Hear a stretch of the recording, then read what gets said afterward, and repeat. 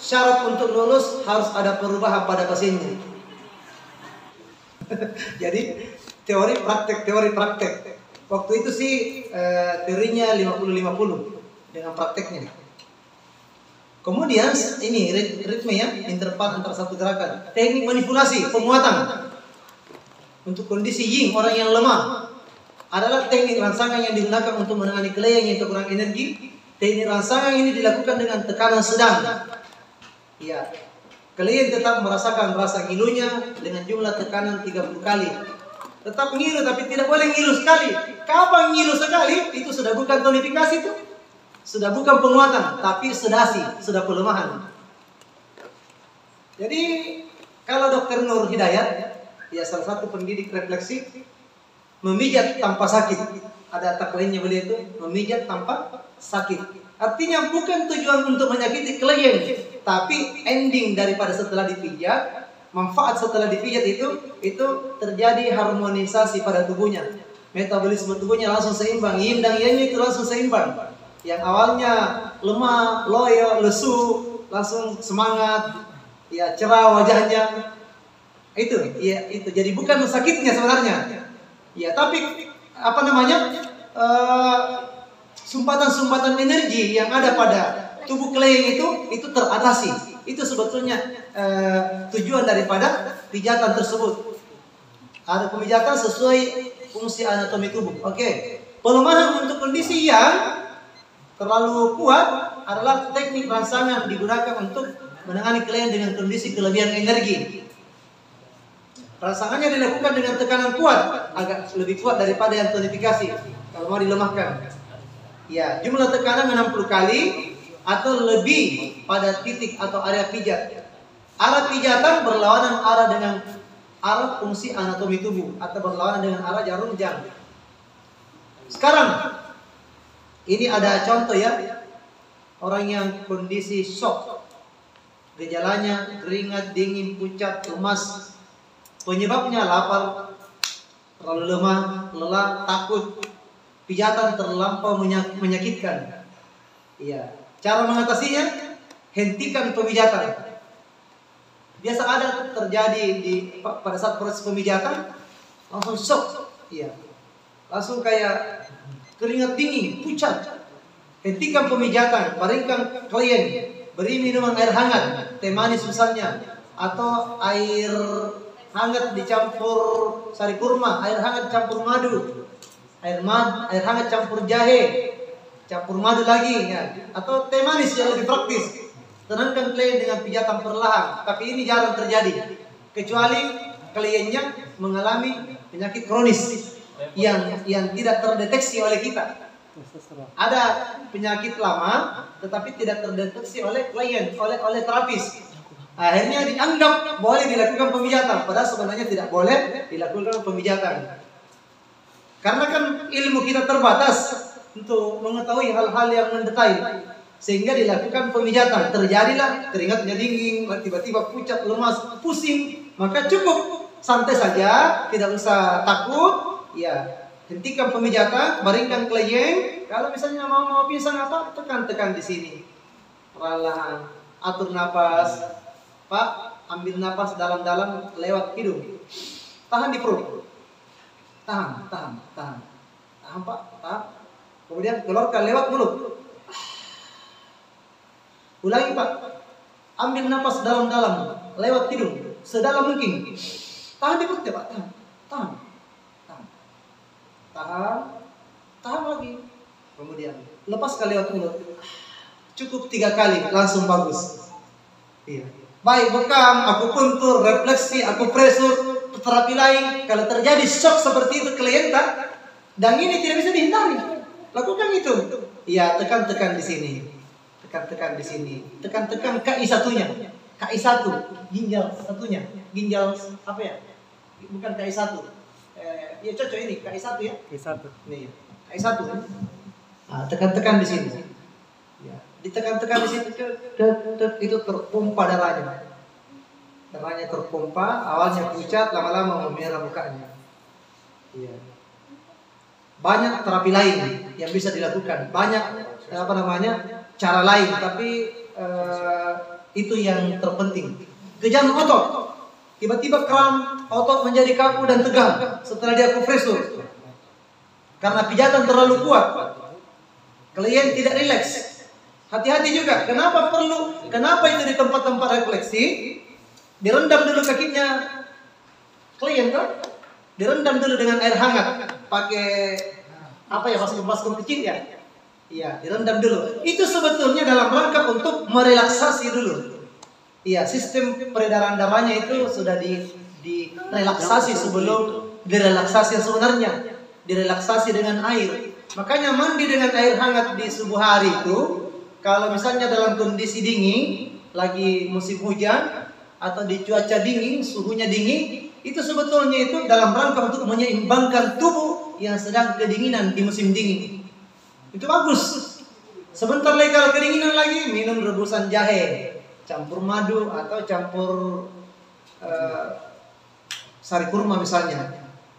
Itu terlalu dingin juga tidak baik, seimbangkan. Terlalu panas juga tidak baik, seimbangkan dengan mengkonsumsi yang dingin-dingin juga. Iya, hentikan pemijatan kalau terjadi kram pada otot-ototnya. Iya, kemudian pijat di daerah-daerah sekitarnya. Jangan dipijat dulu di situ yang kram, tapi pijat jalurnya, jalur meridiannya. Misalnya ya, contoh, tiba-tiba kram di lutut, jangan langsung pijat lutut, tapi pijat atasnya atau di bawahnya, atau bagian belakang sininya, sini. Pijat di situ saja, cari titik yang enak untuk dipijat. Ya, jangan langsung dipijat pada titik yang kram. Kalau misalnya terjadi bengkak, memar, terlalu semangat mengakupresur, akhirnya tidak terdiagnosa kalau ternyata kliennya ini kulitnya sensitif karena ada penyakit kronis. Penyakit apa yang menyebabkan kulit menjadi sensitif, Bapak Ibu? Paru-paru. Ya. Biasanya itu yang termasuk juga diabetes ya. Diabetes, tapi yang paling menyebabkan kulit kita sensitif itu adalah gangguan ginjal dan limpa. Itu menipis itu. Apalagi kalau orangnya juga pernah terserang penyakit virus tifoid, tipes. Itu sensitif. Nah, terlalu kuat tekanannya, akhirnya memar. Hentikan pemijatan daerah tersebut, beri minyak khusus untuk memarnya. Selalu tersedia minyak apa yang bagus direkomendasikan? Empiris. Boleh empiris. Oh, mungkin ini distributor empiris ini. Iya. Boleh. Saya juga distributor empiris untuk area Bulukumba dan sekitarnya. Tapi minyak di sana ada berapa jenis? Karena ini beliau pernah yang mirip-mirip empiris. Ada kurang lebih 10. Ada semua mie, ada mie paras, ada mie kutus-kutus, ada mie herba jawi, ada minyak herba sinergi, ada minyak sendifit, pokoknya yang minyak spesial yang mulai dari yang puluhan ribu sampai harga 1 juta, yang kecil betul ada semua di Wildamar Bulukumba. Iya. Jadi ada kelas ekonomi, kelas menengah dan premium. Iya, ada semua kita siapkan. Karena ada orang masuk gengsi, mana di sini minyaknya Ustaz yang paling bagus? Iya. Kalau boleh tahu Bapak kerja di mana? Oh, saya di sebelah. Saya komandan Kodim yang terbaru di sebelah. Kemarin yang, oh ini komandan bagus komandan, yang harga 1,5 juta komandan. Ini bagus. Kecil botolnya tersedia. Iya. Harga tergantung kualitas komandan.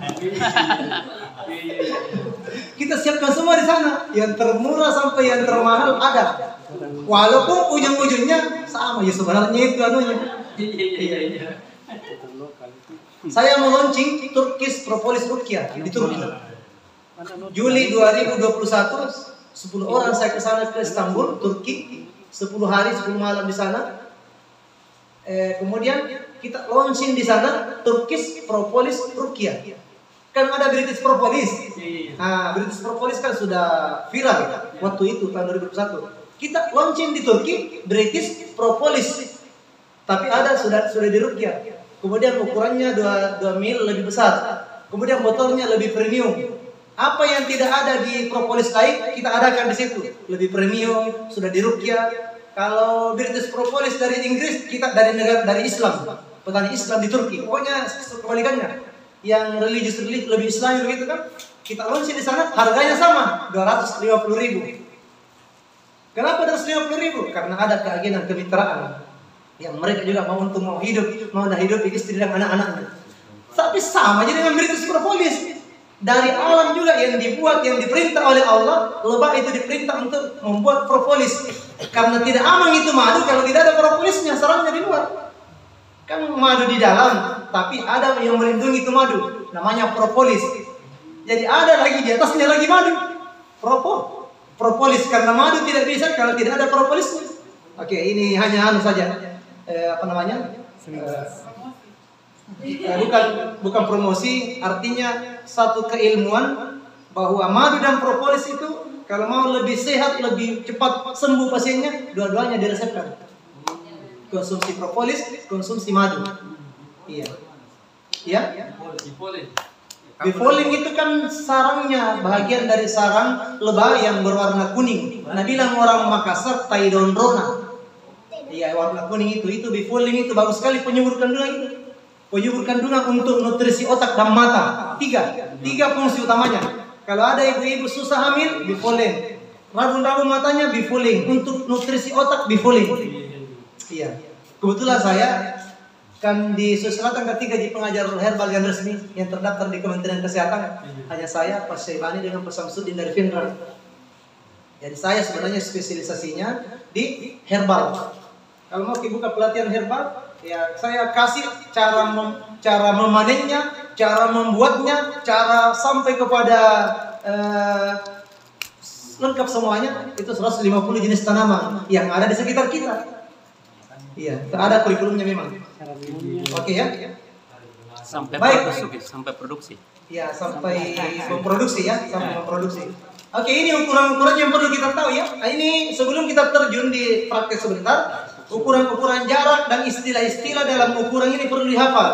Kalau satu cung itu ada dua cara menghitungnya. Yang pertama ini jari jempol. Jadi antara ujung ke ujung ini satu cung. Kalau dibilang satu cung dari ini, berarti ukur makin. Kalau bilang dua cung, berarti 2 kali jari jempol. Tapi bisa juga begini, dari sini ke sini. Ini satu cung. Iya, coba kita lihat di atas ini ya. Ini satu cung juga. Ini juga satu cung. Iya. Kalau yang ini 2 jari 1,5 cung. Iya. 2 jari 1,5 cung. Kemudian 4 jari itu 3 cung. Iya, 4 jari itu 3 cung. Jadi kita ulangi. 1 cung, 1 jari jempol atau begini. Kemudian kalau 1,5 cung 2 jari telunjuk dan jari tengah. Kalau 3 cung 4 jari. Ini saja yang wajib dihafal. Karena sebentar saat kita menentukan titik itu ada ukuran-ukuran menggunakan cung. Iya, cung, iya. 1 cung, iya. 1,5 cung, kemudian 3 cung. 1 cung, 1,5 cung, 3 cung. Iya.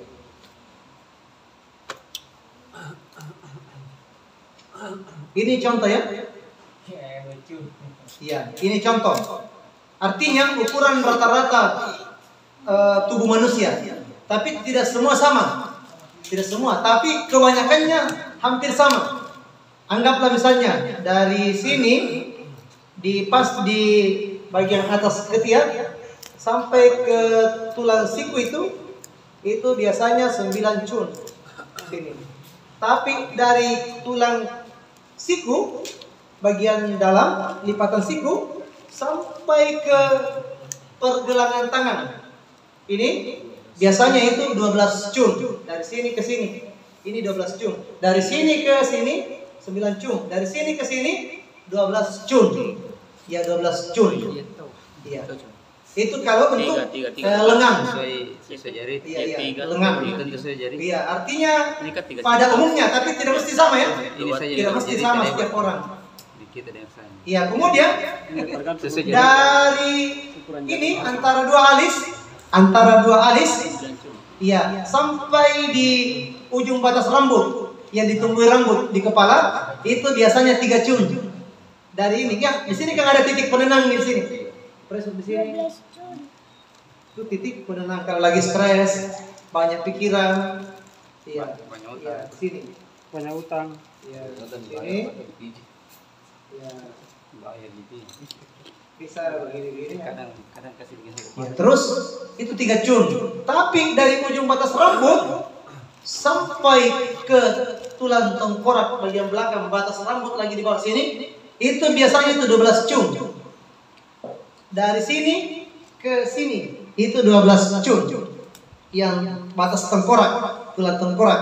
Terus dari tulang batas tengkorak itu sampai ke tulang yang menonjol di bawah sini, iya, tengkuk, tulang tengkuk itu 3 cun juga. 3 cun. Iya, ada semua. Kebanyakannya itu. Terus untuk di kaki dari batas atas tulang kemaluan keluar sampai ke tendon lutut. Ini tendon. Ya, sampai ke tendon lutut. Coba kita lihat 19 cun. 18. Ini ya, ke sini ya. 19 cun. Tendonnya ini tendon namanya. Dari sini tendon lutut ke Mata kaki. ini. Persendian. Iya. Mata kaki. Batas persendian kaki itu 16 cun. 16 cun. Ini sedikit. Iya. Tapi yang tendon, tapi kalau di bawahnya tendon, iya. Ini kan tadi di tendon. Nah, di bawahnya di sini, itu hanya 13 cun. Kalau dari sini. Nah, ini kalau pas di tendon, tapi kalau bagian atasnya hanya 18. Kurang dari 1